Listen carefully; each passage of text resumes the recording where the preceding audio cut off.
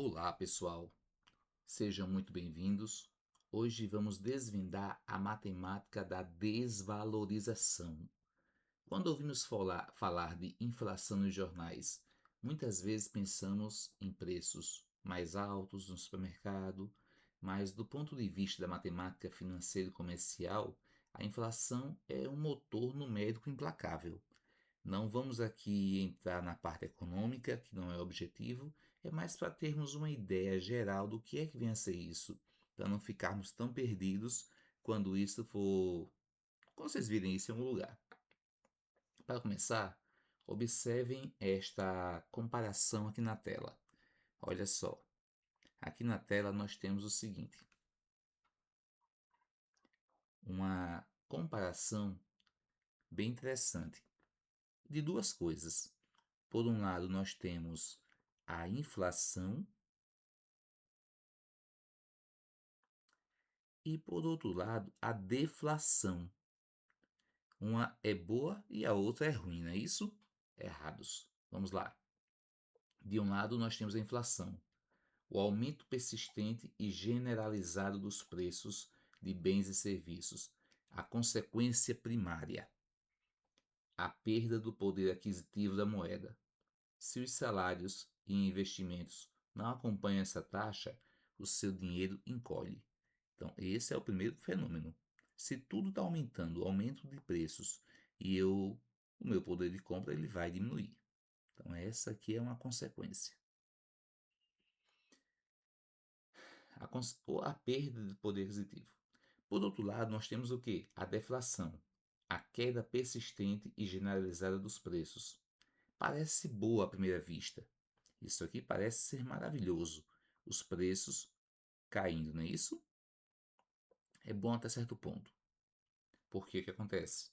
É, ela desencadeia uma no investimento, redução da produção e o aumento do desemprego, podendo haver a recessão severa, como as grandes depressão que ocorreram em 1928 nos Estados Unidos, a queda do investimento em produção, aumento de gastos públicos. Então, hoje, isso aí tem que dar equilibrado a inflação e a deflação. Por quê? Se tiver muita inflação, perda do poder aquisitivo da moeda, nossa moeda não vai servir para nada. Quem já passou pela situação aí de alguns anos atrás, na época do presidente Collor, tivemos uma inflação gigantesca. Teve piores também no mundo já. Na Alemanha também é uma situação que foi bem devastadora. Desorganização do mercado de capitais, corrida por atrativos, isso aí também é um problema, é uma distorção econômica. E o remédio comum, os governos atuam com metas de combate estrutural. Por isso que no jornal a gente vê muito falando de índices de inflação, que é o governo tentando equilibrar uma coisa e outra. E aí, deflação, temos o quê? A queda do investimento, da produção, que não é bom também. Aumento de desemprego, que se você não consome, você não produz. E aumento de gastos públicos, porque o governo vai ter que investir dinheiro a partir de impostos para poder incrementar essa produção e não ter o desemprego. Então vejam que é uma coisa ligada à outra. Eu lembro muito bem que teve uma época, não sei exatamente qual foi o país, que jogou uma ideia um tanto ousada, que era reduzir a carga horária dos trabalhadores para que eles tivessem tempo e aumentou o salário. Para quê? Para que eles tivessem tempo para usar, para gastar no comércio e assim aumentar a produção.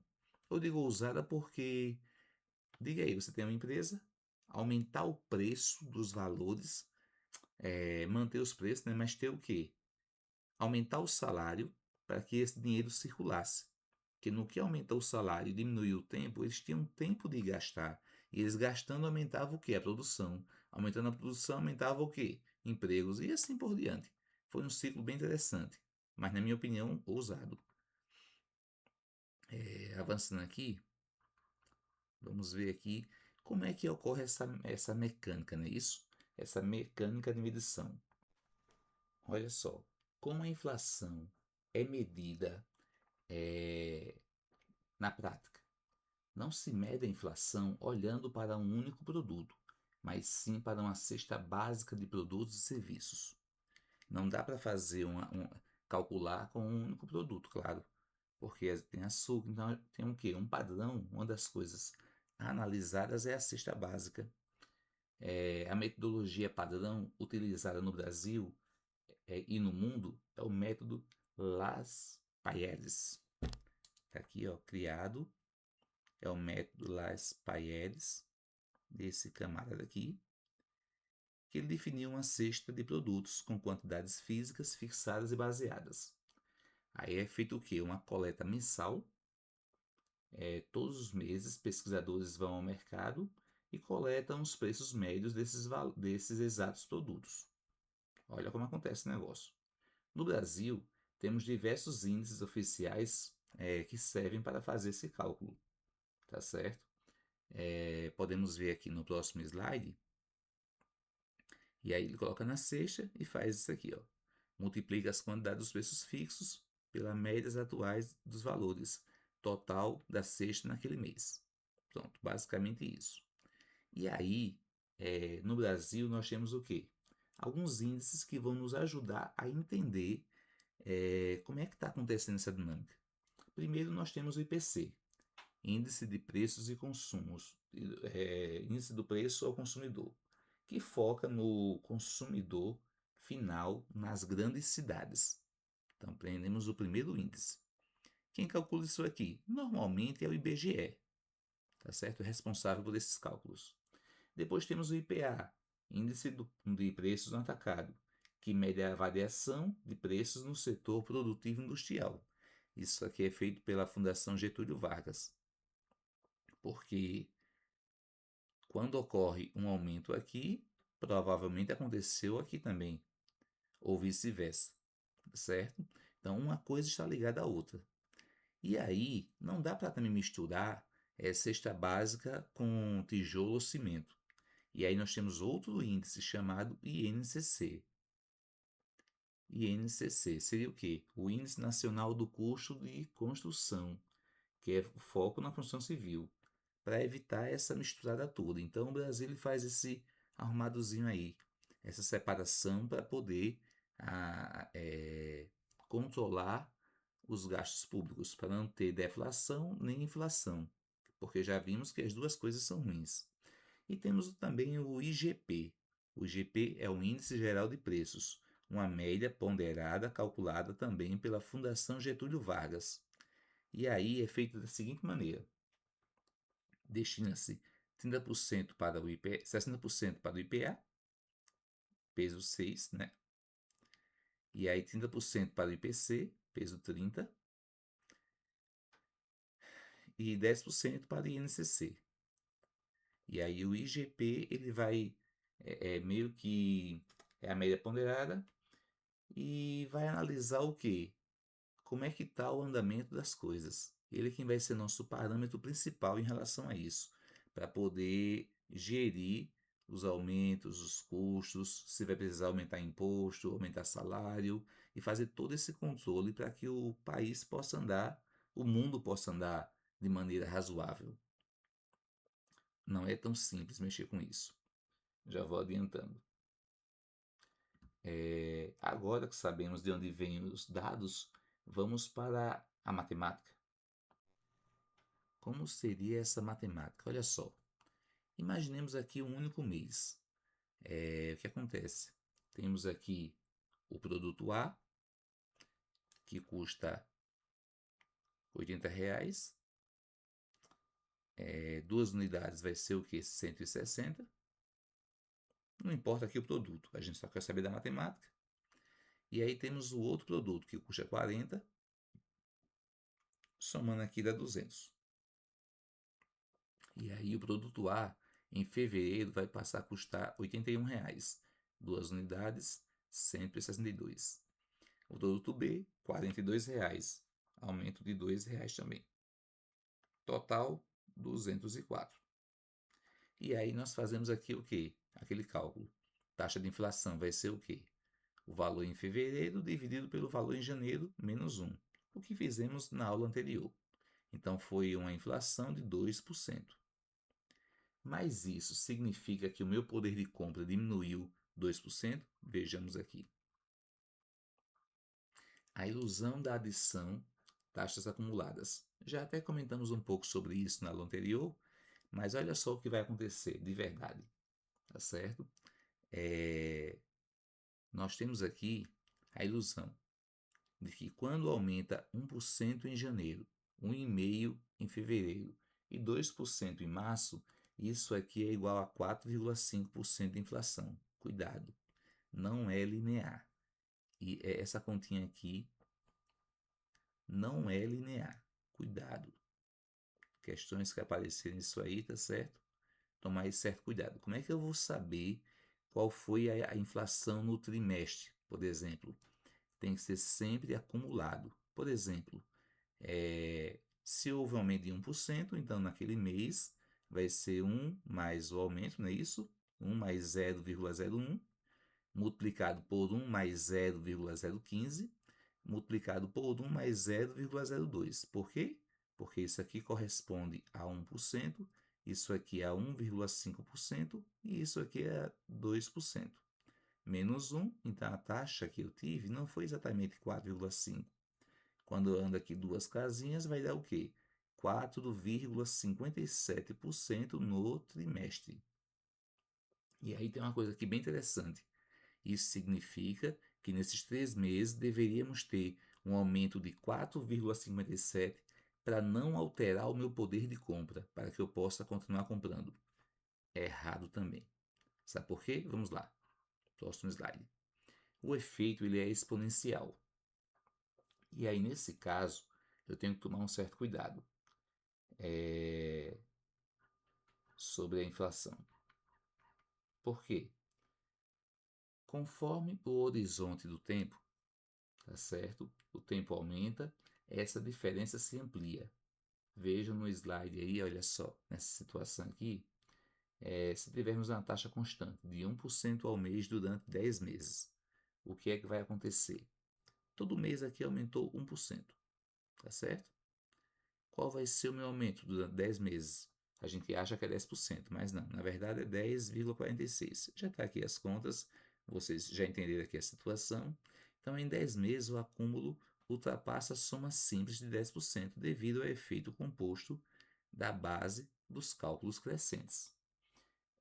Mas a gente pode aplicar aqui uma engenharia reversa para saber quanto eu deveria ter de aumento para ter o poder de compra ao longo desses 10 meses. Como é que seria essa engenharia reversa? Vamos analisar aqui nesse slide. Por exemplo, isso aqui é muito interessante e importantíssimo a gente entender isso aqui. Porque, olha só, digamos que a inflação anual foi de 20%. Então, meu poder de compra vai perder 20%? Não. Se a taxa mensal constante deverá vigorar a cada um dos meses após 12 meses para acumular exatamente 20%. Isso quer dizer o quê? Que essa continha aqui, olha só, 1 mais os juros aplicados mensalmente por 12 meses, menos 1, o resultado vai ser o quê? 0,20. Pronto, tá certo? Mas aí eu quero saber uma coisa aqui, olha só. Se eu sei disso, então passando esse 1 para esse lado, aqui vai ficar 1,20. Eu quero saber quanto é que vai ser o meu aumento, tá certo? Ao longo desses 20 meses, para que eu tenha o mesmo poder de compra. Então vamos lá. Aqui eu vou achar a raiz 12avos, não é isso? Aqui está uma potência, vai virar raiz. Vai ficar 1,2 elevado a 0,0833. Resultado vai ser 1,0153. Passa esse 1 diminuindo, ou seja, quer dizer o quê? Que o meu juros mensal tem que ser de 1,53 ao mês, certo? Eu não precisaria aumentar exatamente os 20%. Então, olha só como é interessante. Na verdade, fazendo aí essas continhas, daria 1,01 53. Tá certo? Pronto, quer dizer que a cesta básica teve esse aumento aí ao mês. Bom, isso aqui vai ficar mais claro quando a gente fizer isso aqui. Olha só, digamos, com um produto único, como é que seria isso? Com a cesta básica, por exemplo, olha só, o encolhimento da moeda. A gente não pode dizer que a moeda ela encolhe exatamente igual à inflação. Devemos ter esse cuidado, tá certo? Por exemplo, aqui, olha só. Fazendo aquele cálculo reverso que foi feito na questão anterior, vamos fazer aqui, mas só com uma coisinha para a gente ver se consegue esclarecer melhor o que eu estou passando aqui para vocês.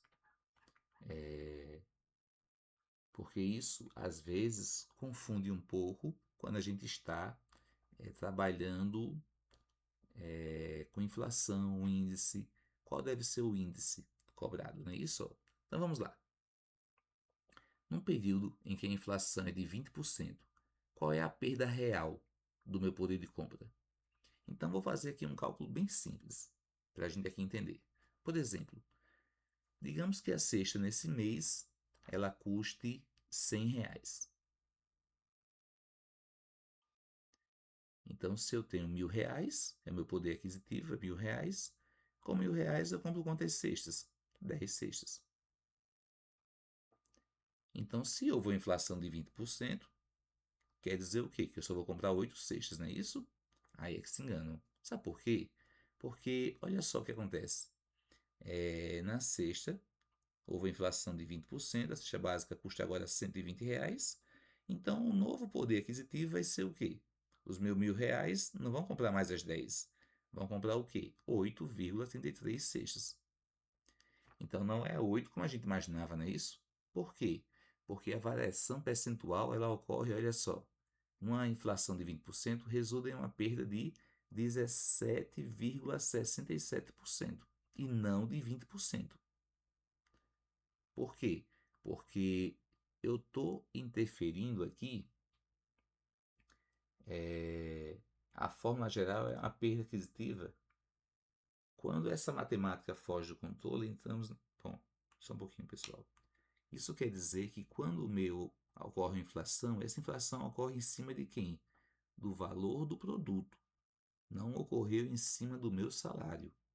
Então, se fosse em cima do meu salário, tudo bem. Mas o meu salário se mantém o mesmo, os mesmos 1.000. Então, vai ocorrer o quê? Em cima do valor da cesta. Então, isso quer dizer que não vai interferir diretamente no meu salário. Vai interferir sim, mas não na mesma proporção. Não é linear. É isso que eu estou tentando mostrar aqui a vocês. Tá certo? E aí, eu queria mostrar aqui a vocês agora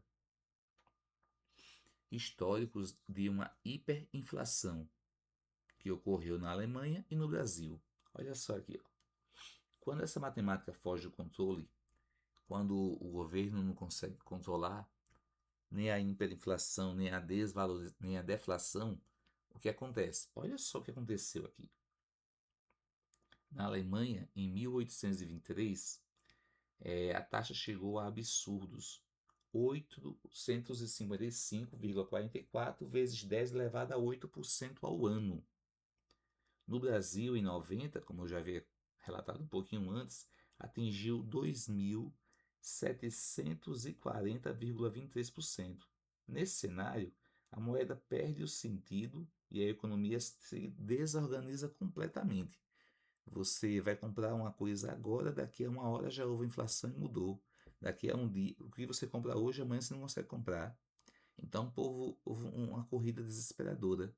E assim, o pessoal que tinha imóveis, bens, comércio, começou a ficar uma loucura, porque eles preferiam pegar esse dinheiro e deixar na poupança, correndo juros, do que ter o investimento. Mas aí ocorreu o quê? Desemprego, e aí foi toda uma confusão, um bloqueio de contas, para que o povo não fizesse isso. Isso eu lembro bem, porque aqui eu acompanhei essa época. Eu sou dessa época e vi essa loucura. Os restaurantes, quando a gente entrava lá, era todo cheio de etiquetas de adesivo por cima, porque o preço aumentava todos os dias. E aí foi aquela confusão. Então não é bom uma hiperinflação dessas, é uma loucura para um país e para o mundo. Na Alemanha também o contexto não foi diferente. Aqui mudava em horas. Bom, e para fechar aqui, olha só, para consolidar tudo, certo? Vamos ver aqui o que foi que a gente entendeu hoje. Observem a arquitetura da desvalorização. Trata-se de uma engrenagem interconectada. Toda engrenagem aqui, olha só. O motor é a base de Leibniz, que é o que a gente começou, não é isso? Que ele usa para fixar o preço da cesta básica. Então a gente começa aqui com ele. O motor acúmulo exponencial, tá certo? Multiplica os fatores exponencialmente. Isso aqui é o que eu chamo de aumento exponencial, porque é mês a mês, para saber quanto é que está gerando. E outra coisa, transforma o resultado em encolhimento secundário do poder de compra. Quando isso aqui aumenta, diminui isso aqui. É como se fosse realmente um relógio engrenado pelo tempo, tá certo? Transforma o aumento percentual dos preços em uma redução real da sua capacidade de consumo. Dominar essa matemática é o primeiro passo fundamental para proteger seu patrimônio e tomar decisões comerciais inteligentes. Aprofundem os exercícios, respostas, vejam lá as questões para resolver, mas isso aqui é só uma premissa, isso aqui é um pouquinho do que um economista trabalha no curso lá de economia para poder entender se é bom ou se é ruim. O que é bom, o que é ruim para o país, para um setor, para uma empresa, para uma escola, seja o que for, que vocês venham administrar ou explicar aos alunos, no caso aqui de vocês que já são quase professores, é entender o que acontece com a inflação e deflação, tá certo? Que isso aí é um efeito bola de neve. Existe toda uma engrenagem por trás disso. Por isso que quando você tem imóveis alugados, tem que entender que tem que ter um aumento mensal ligado ao quê? Ao INCC, que é aumento de materiais de construção. Por quê? Porque ocorre uma manutenção do imóvel, ocorre alguma coisa. Então, IGPM, cada uma dessas siglas, é importante que vocês entendam o que significa, porque muitas das correções, aumento, plano de saúde, cesta básica, tem um viés por trás disso aí. E é a partir disso aí que os governos ficam trabalhando para não ocorrer uma hiperinflação ou uma hiperdesvalorização, deflação. Qualquer uma das duas é muito ruim para o setor financeiro. Então, às vezes a gente só faz as cobranças, críticas, mas entender isso por trás de tudo que existe é muito complicado, é complexo, não é simples. Eu tenho pena às vezes do ministro da Economia, que deve ser uma loucura para qualquer um. Não estou falando aqui de lado, mas do trabalho que dá controlar a economia de um país. Eu acho que um país menor seja mais fácil de controlar, mas um país continental como o Brasil deve ser muito complexo, porque são muitas realidades diferentes. Espero que tenha deixado um pouco mais claro essas ideias de inflação e deflação e vocês tentem resolver as questões para que possam fazer uma boa prova mais na frente. Um abraço e até a próxima aula.